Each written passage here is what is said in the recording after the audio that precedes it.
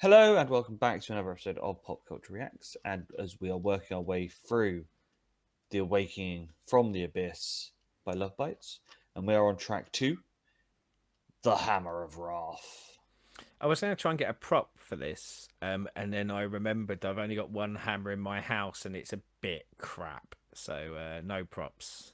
As I say, I've got Mjolnir over there somewhere, but Yeah, I've got one that cost about £3 that can barely hammer a nail into a wall. So yeah, so obviously we did The Awakening, and that being an intro track sort of yeah. leads us in straight into this. I said on the video from yesterday, I'm hoping this is a rager because how The Awakening ends, it's got that We said go. afterwards, didn't we? We said it's a bit of a shame. If we'd have known, if we knew then what we know now, we Yes. would have actually just gone bang straight into track 2. We knew it was an instrumental to start off with, but yeah, I think I'd have liked to have just gone straight in, but it means you get one more extra video out of us, so you're lucky things. It means I've got one more a video to edit, so not so lucky. So, shall we find out what the Hammer of Wrath brings us? Yes, and I guess for us, for this period of Love Bites, our first introduction to vocals. So let's see what they have to offer. Let's go.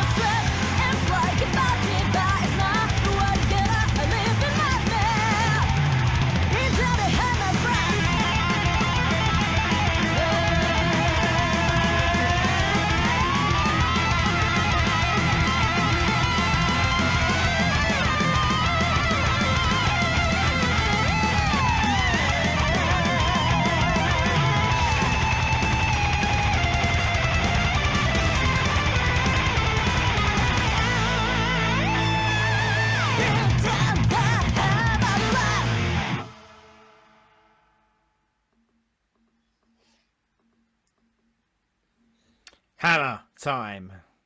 Smashing down the hammer of wrath. Fuck this. It's like Judas Priest and Maiden level power, like 80s new wave heavy metal stuff mixed with like the good modern power metal sort of mushed together.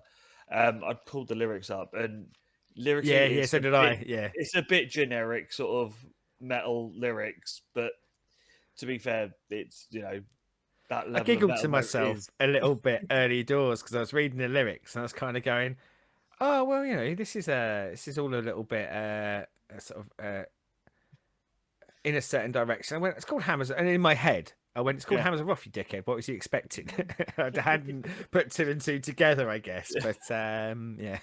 yeah. It said it is lyrically isn't reinventing the wheel or a retelling of Shakespeare, but it's it fits what the song is trying to do, and I love the vocals kept up with that pace as well, though. yeah, So it's and I say kept up. Whilst and bear with a second, I will look up the singer's name. Apologies, probably should have done that beforehand. But uh, whilst singing the words at her own pace, whilst being in time with the music, and never, never, never stopping when um, I would say quite frenetic pace yeah, during that period. So outside of like kind of the choruses, like in the verses, it is belting along. And yeah, I thought that was quite phenomenal to be able to do that, and never feeling like and admittedly it's a studio album, so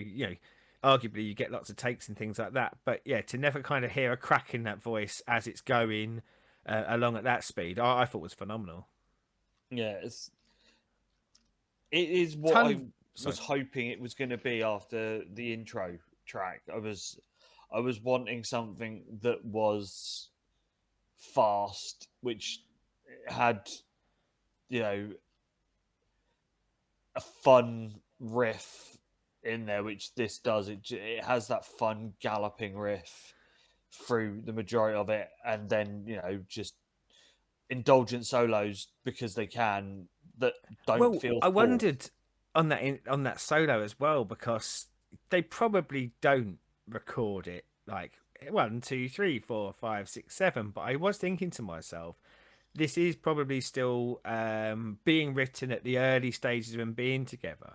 And it really did feel like going, right, over to you. Let's see what you've Yeah, got. And then probably her going, I've got this. Thanks very much. And then, that becoming like a key part of the song. But you sort of said about the stylistically, genre wise, how it mixes it.